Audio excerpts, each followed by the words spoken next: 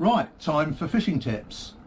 Well, it's the winter, and as far as I'm concerned, that means chub, and that certainly means knocking up plenty of cheese paste to get me through the colder months. It's a deadly bait this time of year. Get a lot of questions about how to make cheese paste, how to knock it up, and how to fish it. So I'm going to take you through that now. Well, traditionally, cheese paste was just made with blue cheese, cheddar cheese, and blended together with a bit of liquidized bread. And that's absolutely fine. You can soften it down a bit with some margarine. It does work, but in the colder weather, paste can go very, very hard, and that can make it difficult to actually successfully strike at the bites. And so you can improve the recipe considerably. The next thing I think that happened is people started using short crust pastry instead of bread, and then blending the cheese with that. That works well as well. I like to do it a bit different. I like to knock up a base mix, normally a milk protein mix. You can buy a proprietary brand if you like. The Hookmates company do a particularly good mix called Big Cheese, or you can just go down to the local Asian supermarket. I use the exotic food store on the Oxford Road, buy a bit of milk powder, a bit of semolina, a bit of soya flour, knock it together with a couple of eggs, and then blend in the cheese. That makes a softer paste altogether, much more successful for hooking. And again, you can make it as soft as you like by adding margarine, or stiffen it with a bit of breadcrumb at the end of the mix. It's really all about getting the right texture. It's not that easy for paste to hold up around the shank of a hook and stay there for any length of time. So getting that texture is right, and we'll come on in a while as to how to hook it and how to fish it. Other additives that you can enhance the bait with, well, fish certainly like garlic, so I usually stir in a little bit of garlic puree. So you've got a cheese and garlic flavour, and if you want to colour it, I don't normally use food colourings. I put a bit of the smoked paprika in, turns it this nice orange colour. Works a treat. Very simple, very, very cheap indeed.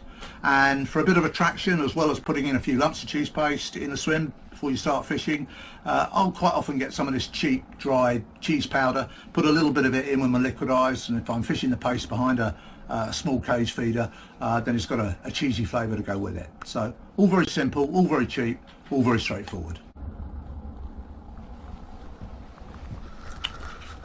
Okay, so these little gizmos, they call them meat screws, but these are very, very effective for paste fishing. You can also get a kind of metallic spring, but I found these very effective. I normally use reflow power line for my hook lengths, but in order to make it a bit easier for people to see, I've actually tied this up in braids, but reflow power line is an excellent line.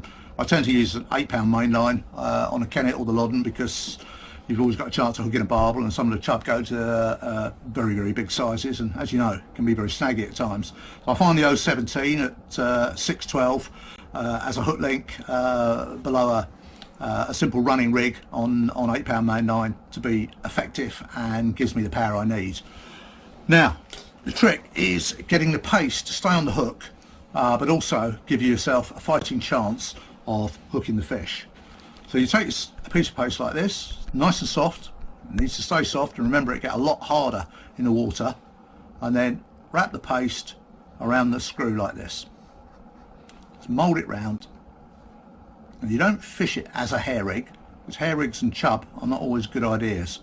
As we know, chub pick up the bait in their lips and then back off feeling for resistance. So hair rigs can often result in missed bites.